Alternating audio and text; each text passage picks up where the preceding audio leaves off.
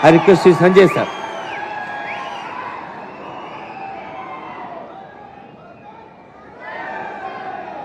భారత్ మాతాకి.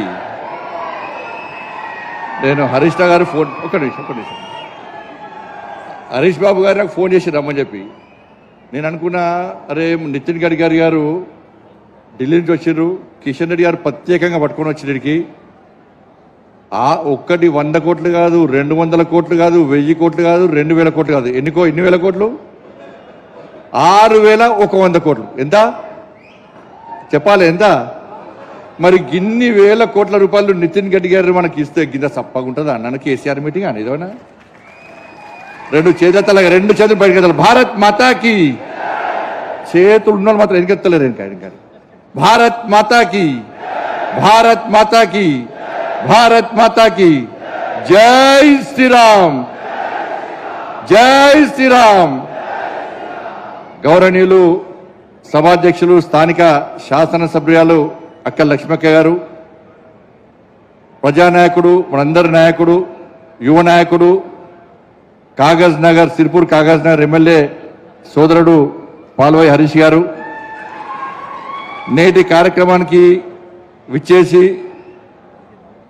ఈ ప్రాంతంలో 6100 కోట్ల రూపాయలతో అభివృద్ధి పనులకు శంకుస్థాపన చేసి జాతికి అనేక రోడ్లను జాతికి అంకితం చేయడానికి చూడండి గౌరవనీయులు, పెద్దలు, పూజ్యులు, కేంద్ర మంత్రివర్యులు శ్రీ నితిన్ గడ్కరీ గారికి, మనందరి నాయకుడు, మనందరి అభిమాన నాయకుడు, మనందరినీ ముందుకు నడిపించే నాయకుడు, భారతీయ జనతా పార్టీ రాష్ట్ర అధ్యక్షులు, కేంద్ర మంత్రివర్యులు గౌరవనీయులు శ్రీ జి కిషన్ రెడ్డి గారు,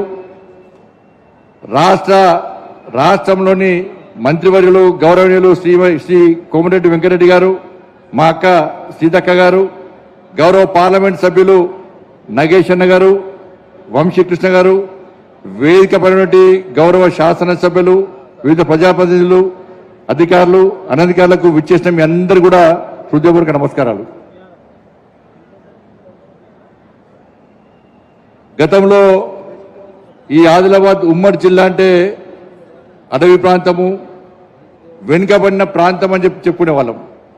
ఇవాళ అందరికీ పొద్దున బయలుదేరిన కరీంనగర్ నుంచి మా ఆఫీసర్ వచ్చి రాత్రి వచ్చి చెప్పాడు, సార్ మార్నింగ్ 6 o'clock బయలుదేరాలి సార్, సిర్పూర్ కాగజ్ నగర్ 3.5 hours పడుతుంది సార్ అని చెప్పన్నాడు. నువ్వు ఎన్ని రోజులే పోకా అన్న? నేను చాలా రోజులే సార్ పోకా అన్నాడు. నువ్వు ఒక చాలా రోజులే, నేను మొన్న వేసిన 3.5 గంటలు అవసరం లేదు, 1.5 గంటలో పోతాం అని చెప్పి గంట ముందే మీకంటే ముందే వచ్చిండి. గతంలో హైదరాబాద్ నుంచి ఆదిలాబాద్ రావాలంటే పొద్దున బయలుదేరితే సాయంత్రం చేరుకుంటాం. ఇప్పుడు హైదరాబాద్ వాడితే మధ్యాహ్నకే చేరుకునే ప్రయత్నం చేస్తున్నాం మనం.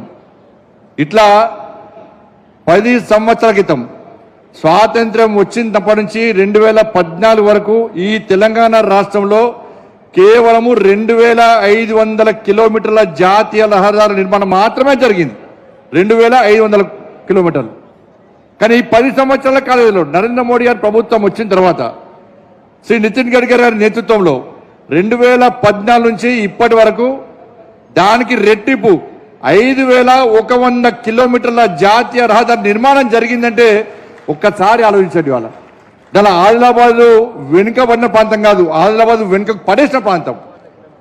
గతంలో పాలకులందరూ నిర్లక్ష్యం చేయడం వలన, గత ప్రభుత్వాలు పట్టించుకోకపోవడం వలన ఇలా ఆదిలాబాద్ ప్రాంతం ఉమ్మడి జిల్లా అంతా కూడా వెనుక పడేసింది తప్ప మన నరేంద్ర మోడీ గారి ప్రభుత్వం వచ్చిన తర్వాత ఆదిలాబాద్ వెనుక పడేసిన ప్రాంతం కాదు, వెనుకబడిన ప్రాంతం కాదు, ఇది కూడా అభివృద్ధి చెందుతున్న జిల్లా, అభివృద్ధి చెందాల్సిన జిల్లా అని చెప్పి వాళ్ళ అనేక కనెక్టివిటీస్, అనేక జాతీయ రహదారులు నిర్మాణం చేపడుతున్న ప్రభుత్వం నరేంద్ర మోడీ గారి ప్రభుత్వం. ఇవాళ 2014 నుంచి ఇప్పటి వరకు కూడా తెలంగాణ రాష్ట్ర అభివృద్ధికి నరేంద్ర మోడీ గారి ప్రభుత్వం అనేక రంగాలుగా సహకరిస్తున్నది. ఇవాళ కేవలం జాతీయ రహదారులకే 1,25,000 కోట్ల రూపాయలకి వచ్చిన ప్రభుత్వం నరేంద్ర మోడీ గారి ప్రభుత్వం. 1,25,000 కోట్లు. ఇలా రైల్వే అభివృద్ధి కానీ, రైల్వే నిర్మాణాలు కానీ, రైల్వే స్టేషన్ల అభివృద్ధి కానీ 32,000 కోట్ల రూపాయలను ఖర్చు పెట్టే ప్రభుత్వం నరేంద్ర మోడీ ప్రభుత్వం తెలంగాణ రాష్ట్రానికి మాత్రమే. వాళ్ళ 1,50,000 కోట్లతో ఇలా వడ్లను కొనుగోలు చేస్తున్న ప్రభుత్వం నరేంద్ర మోడీ ప్రభుత్వం. ఇట్లా చెప్పుకుంటూ పోతే ఈ 10 సంవత్సరాల కాల వ్యవధిలో తెలంగాణ రాష్ట్రానికి నరేంద్ర మోడీ గారి ప్రభుత్వం ఖర్చు పెట్టింది ఎంత అంటే 12 లక్షల కోట్ల రూపాయల పైగా వాళ్ళ నరేంద్ర మోడీ ప్రభుత్వం తెలంగాణ రాష్ట్ర అభివృద్ధి కోసం సంక్షేమ పథకాల కోసం ఖర్చు పెట్టిందనే విషయాన్ని మనం గుర్తుంచుకోవాల్సిన అవసరం ఉంది. కాబట్టి ఈ పరిస్థితుల్లో వాళ్ళ నితిన్ గడ్కరీ గారు ఒక మంచి మంత్రి, ఏ ఎంపీ అయినా ఏ ప్రజాప్రతినిధి అయినా కూడా వారి దగ్గర సార్ ఈ సమస్య ఉంది అంటే ఏ వ్యక్తి కూడా నారాజే బయటిగారు. ఇప్పటిదాకా వెంకటరెడ్డి గారు అదే చెప్తున్నారు. నేను చాలాసార్లు విన్నా నితిన్ గడ్కరీ గారు కలిస్తే తప్పకుండా కలిసి చేద్దాం, మనం తెలంగాణ రాష్ట్రాన్ని అభివృద్ధి చేసుకోవాలని చెప్పి సానుకూల దృక్పథంతో మాకు సహకరించే ప్రయత్నం చేస్తున్నారని చెప్పి ఇప్పుడు కోమటిరెడ్డి వెంకటరెడ్డి అంటే కోమటిరెడ్డి వెంకటరెడ్డి గారు ఏడుకొని ఎవరైనా పనిచేస్తారు. ఆయన బోలా మనిషి అన్న కోమటిరెడ్డి వెంకటరెడ్డి అన్న ఈ లోపల ఏముండదు, కుల్లా మనిషి కోమటిరెడ్డి వెంకటరెడ్డి గారు. ఏ మంత్రి అయినా మంత్రిని సంధానించి పనిచేసుకొస్తాడు. నేను మళ్ళీ చెప్తున్నా, ఇలా ఇద్దరు మంత్రులు ఉన్నారు, గౌరవ మంత్రివర్యులు. మా కోమటిరెడ్డి వెంకటరెడ్డి గారు ఉన్నారు, మా అక్క సీతక్క గారు ఉన్నారు. ఇద్దరు ముఖ్యమైన మంత్రులు ఇక్కడ ఈ తెలంగాణ రాష్ట్రంలో కాంగ్రెస్ పార్టీ ప్రభుత్వంలో. గత ప్రభుత్వము నరేంద్ర మోడీ గారు తిట్టడం, భారతీయ జనతా పార్టీని విమర్శించడం, కేంద్ర ప్రభుత్వాన్ని అప్పలిస్తపాలు చేయడం వలన తెలంగాణ రాష్ట్రం ఏ విధంగా ఇబ్బంది పడ్డదో, తెలంగాణ రాష్ట్ర అభివృద్ధికి ఏ విధంగా వెనుకకు పోయిందో ఒక్కసారి మనం ఆలోచించాల్సిన అవసరం ఉంది. ఎన్నికలప్పుడు మాత్రమే ఎవరికొకరు విమర్శ చేసుకోవాల్సిన అవసరం ఉంది. కానీ తెలంగాణ రాష్ట్రం అభివృద్ధి చెందాలంటే కేంద్ర రాష్ట్ర ప్రభుత్వాలు సీతక్క గారు చెప్పినట్టుగా రెండు జోడెద్దులాగా ముందుకు సాగుతూనే అభివృద్ధి సాధ్యం అన్న విషయాన్ని ఇవాళ ఇక్కడ పాలకుడు కానీ అందరూ గుర్తుంచుకోవాల్సిన అవసరం ఉంది. కాబట్టి గతంలోగా మాదిరి కాకుండా ప్రతిసారి విమర్శలు చేయడం, ప్రతిసారి తిట్టుకునే ప్రయత్నాన్ని మనం బంద్ పెడదాం. మనం అందుకని అధికార పార్టీ, రాష్ట్రంలోని కాంగ్రెస్ పార్టీ ప్రభుత్వం, కేంద్రంలోని నరేంద్ర మోడీ ప్రభుత్వం మేము సహకరించడానికి సిద్ధంగా ఉన్నాం. నరేంద్ర మోడీ గారి ప్రభుత్వం తెలంగాణ రాష్ట్ర అభివృద్ధికి సహకరించడానికి సిద్ధంగా ఉంది.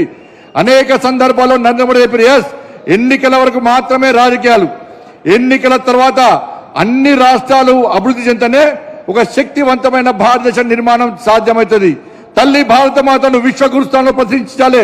2047 వరకు ఈ భారత్ ను అఖండ భారత్ గా, అభివృద్ధి చెందిన భారత్ గా అగ్రదేశాల సరసన చేర్చాలని చెప్పి ఒక విశాల దృక్పథంతో, ఒక అంకురిత దీక్షతో ముందుకు సాగుతున్నటువంటి గొప్ప వ్యక్తి నరేంద్ర మోడీ గారు. కాబట్టి అది అభివృద్ధి సాధ్యం కావాలంటే ఈ దేశంలో ఉన్నటువంటి అన్ని రాష్ట్రాలు, అది బీజేపీ పాలిత రాష్ట్రమా, అది విపక్ష పార్టీ పాలిత రాష్ట్రమా కాదు, అన్ని రాష్ట్రాలు అభివృద్ధి చెందనే ఈ దేశం అభివృద్ధి చెందుతున్న విశ్వాసం, నమ్మకంతోని నరేంద్ర మోడీ గారి ప్రభుత్వం ఉంది. కాబట్టి ఈ తెలంగాణ రాష్ట్ర అభివృద్ధికి సహకరిస్తున్నాం, ఇంకా సహకరించి సిద్ధంగా ఉన్నాం.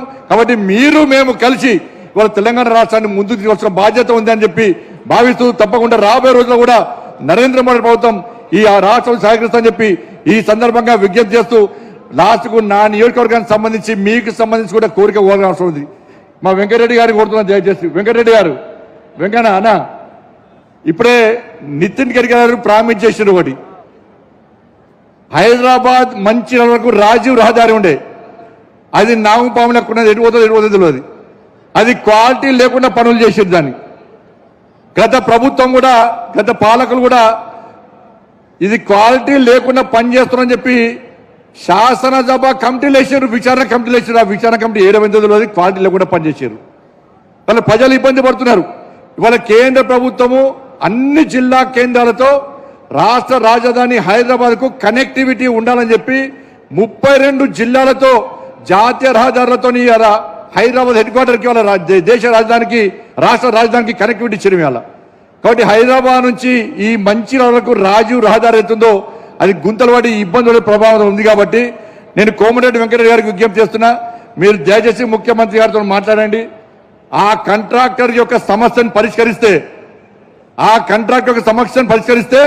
దాన్ని జాతీయ రహదారిగా నిర్మాణం చేయడానికి ఇప్పుడే నితిన్ గడ్కరీ గారు ప్రామిస్ చేశారు. కాబట్టి మనందరికీ సౌలభ్యంగా ఉంటుంది. కాబట్టి దయచేసి ముఖ్యమంత్రి గారితో మాట్లాడి ఆ సమస్యను పరిష్కరించి కరీంనగర్, హైదరాబాద్ నుంచి మంచిర్యాల వరకు ఆ రాజీవ్ రహదారిని జాతీయ రహదారిగా నిర్మించడానికి సహకరించాల్సిగా కోరుతూ, ఉదయమే ఇంత పెద్ద ఎత్తున తరలి వచ్చినటువంటి మీ అందరూ కూడా హృదయపూర్వక ధన్యవాదాలు తెలియజేస్తూ ముగిస్తున్నాను. భారత్ మాతాకి జై, జై శ్రీరామ్. పురోగతి విధానాన్ని, ప్రగతి వికాసాన్ని ప్రతిధ్వనించిన